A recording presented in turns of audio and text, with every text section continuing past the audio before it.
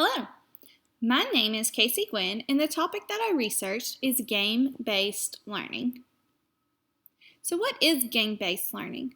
According to Perrotta, Featherstone, Aston, and Houghton in 2013, game-based learning broadly refers to the use of video games to support teaching and learning.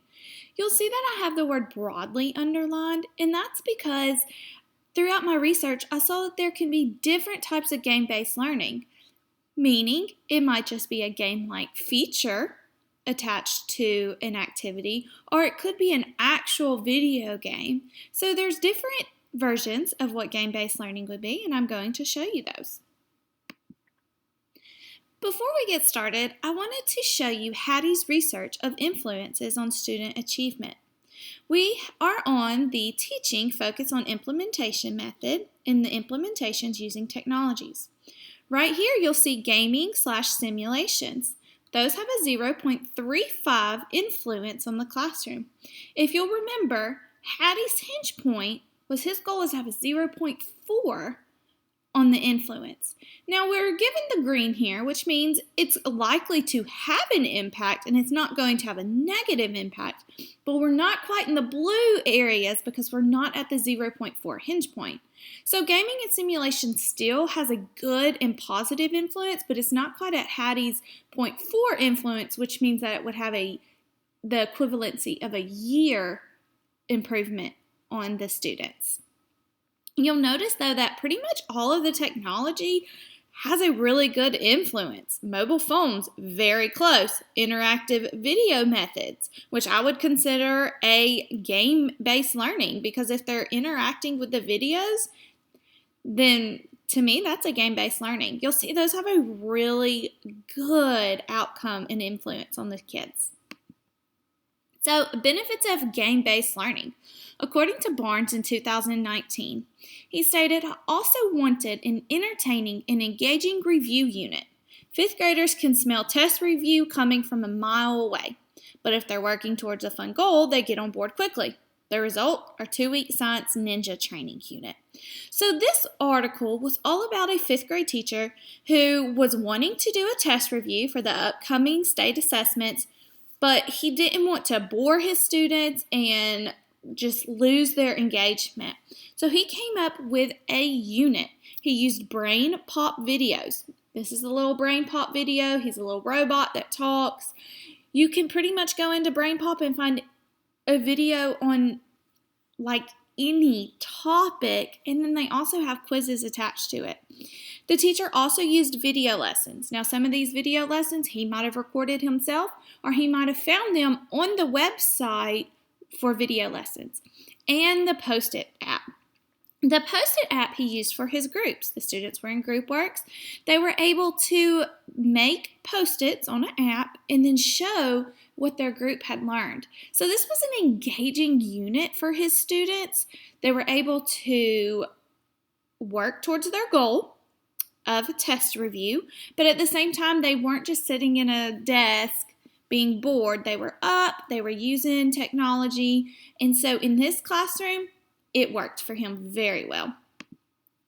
So game-based learning does not replace the teacher's job within the classroom. Here's my Bitmoji with the sign, no.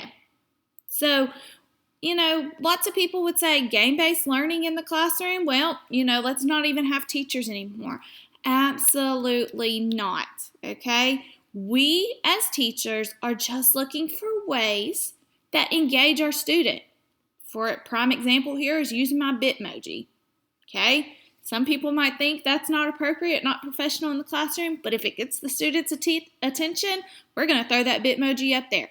Just like if it gets the students' attention when we're doing our multiplication facts, then we're going to do a game-based learning approach.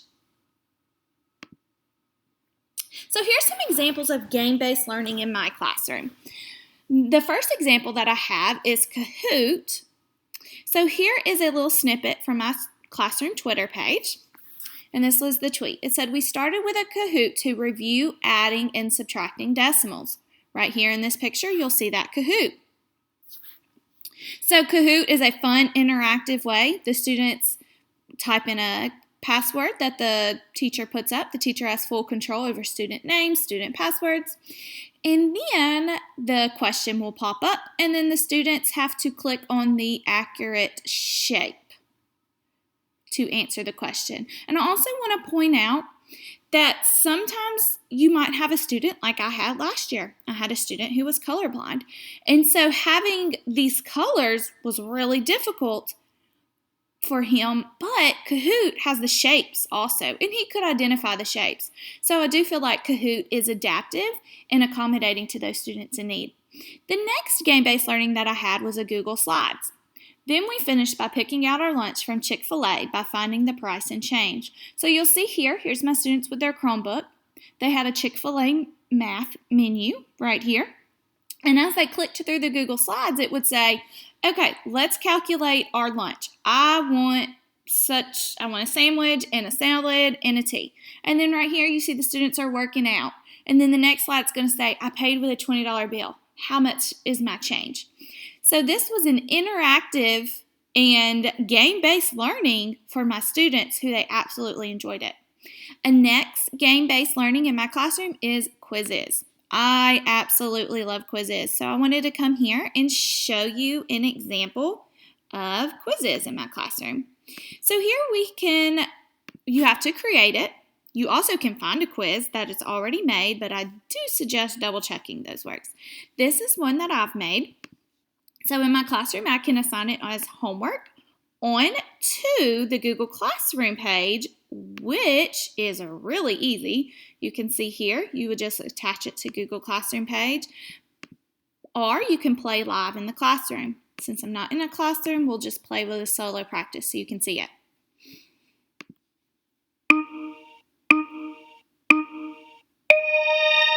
Okay, so you see they have the songs, they have the music, and so the students read the questions and they answer. Now I'm going to choose a wrong answer so you see what it does when you choose a wrong one. So it shows us wrong, and then look, they get a fun little meme, and the students love it. What I like about this is the students are not always on the same question, so they can't just look up and cheat with their friend. My next game-based learning is GeoGebra. Now, if you haven't already realized, I am a math teacher in the middle school setting. So here is a student using GeoGebra. Now, GeoGebra is giving her coordinates, and she has to graph her coordinates. And then once she graphs her coordinates, you'll see it'll pop up correct or incorrect. And then she's going to click check, and it says correct. So this was really interactive, and if you see on my tweet, it says we use GeoGebra to practice plotting points on the coordinate plane. It's a great resource for the technology-enhanced questions on the upcoming ACAP. And I think that's really important to point out that even our state assessments are getting on board with game-based learning. Those ACAP questions had technology-enhanced questions where students had to be able to do this using technology. So we're going to have to get on board and also help those students with those technology-based questions. So earlier I talked about the word broadly. Throughout my research, there was this big debate of game-based learning versus gamification. So this is from this website, Teach Thought. Gamification is the application of game-like mechanics to non-game entities to encourage a specific behavior. Game-based learning is simply learning through games. This means that gamification is first and foremost about encouragement mechanics and the system that promotes them, while game-based learning is first and foremost about the game and its cognitive residue, whether from the game's content or traditional curriculum. Both can be used to promote mastery of academic content. So I wanted to point this out. My first definition of game-based learning says it broadly refers to video games. So anything that has a technology-enhanced system, anything that gets the students to be interactive with the resource. But here, now we're running into two different things, game-based learning versus gamification. So are they really two different things? But I like how it sums it up at the end. Both can be used to promote mastery of academic content. So, as as the teacher, you're not giving the student the game and saying, here, play this is going to teach you. It's used to promote the mastery of academic content. And like in my previous resources, my Kahoot would not have been used until I had done my teaching. And this is a fun, interactive lesson to apply our skills. Quizzes, again, to apply our skills. GeoGebra, again, to apply our skills. My lessons were not taught using game-based learning.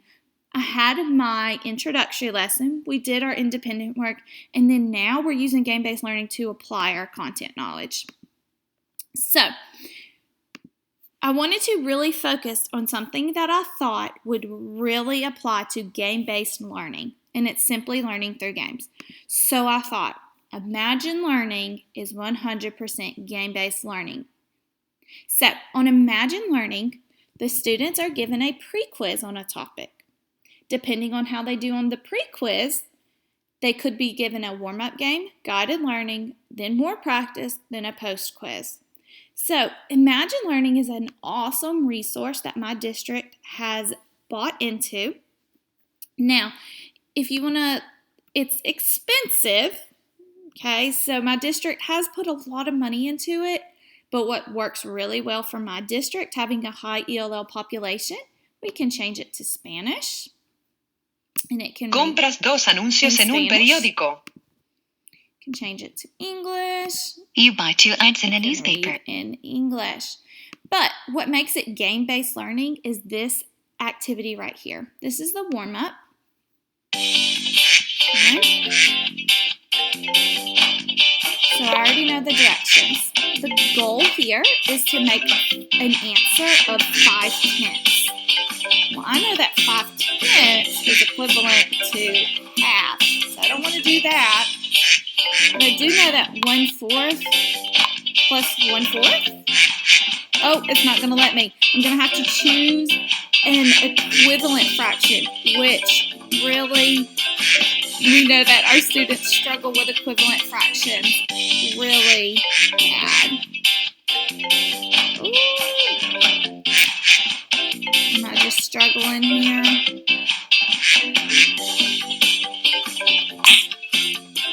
Oh, that didn't work.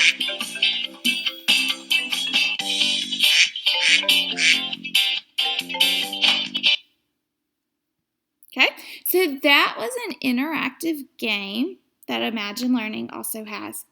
So why wouldn't a teacher want to implement game-based learning in their classroom? Well, planning time. If you don't have that resource like Imagine Math where the game is already prepared, then you're having to use the previous resources like Kahoot, quizzes, Google Slides to make those, and that is time consuming. You also might have lack of resources. Again, if you don't have access to already pre-made games, it's too much work. Students can get off track. Students even have the same mindset that maybe other people have about game-based learning. Oh, the teacher doesn't want to teach today. She just wants us to get on this game. So then they think they can get on something else, and they're not doing your activity. Also, teachers could be afraid of public feedback. I know if my parents were to come in my classroom and observe me, they would be upset if they thought that their child was allowing their students to just play games. So we're afraid of that public feedback. But once again, if we know the research, like John Hattie's research, then we're able to just go in and show the parents, no, it works. It's research-based. And also time. Time is so precious in our classroom. We have 42 minutes, and 42 minutes is not much time to be able to do all those interactive lessons plus get the standards done. So here are my references that were talked about throughout this slides, and I hope you enjoyed it. Thank you so much.